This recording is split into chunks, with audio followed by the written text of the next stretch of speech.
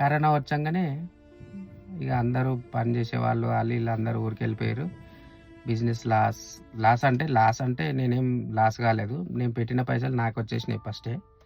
అయిపోయింది అది 1 ఇయర్లోనే పెట్టిన పైసలు అన్నీ వచ్చేసినాయి. మిగతా అంతా ఇన్కమే. దాంతోనే నేను ఇల్లు కట్టిన 2000లోనే కట్టేసిన అనమాట ఇల్లు. మామూలుగా స్లాబ్ కాదు, నార్మల్.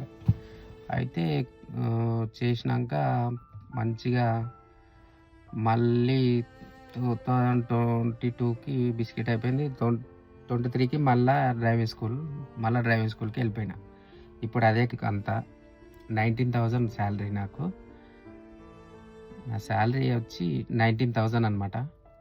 ఆ 19,000తోని నాకు 2 పిల్లలు. నా పెళ్ళి 2009లోనే అయిపోయింది. నాకు ఇప్పుడు 2 కొడుకులు. ఆ కొడుకుల చదువుకున్నారు. ఇప్పుడు వాళ్ళ ఫీజులు పెద్ద రచ్చ ఉంటుంది.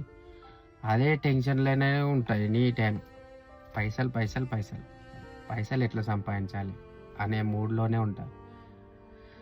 ఎప్పటికీ మన జిందగీ మంచిగా అవుతుందో తెలియదు, కానీ మంచిగా కావాలని కోరుకుంటున్నా. అదనమాట మన జిందగీ. ఇట్లుంది నా 10th క్లాస్ అయిపోయినప్పటి నుంచి ఈ లైఫ్. 10th క్లాస్ అవ్వకముందు లైఫ్ కూడా చెప్తా మీకు తర్వాత. అది అనమాట. ఓకేనా?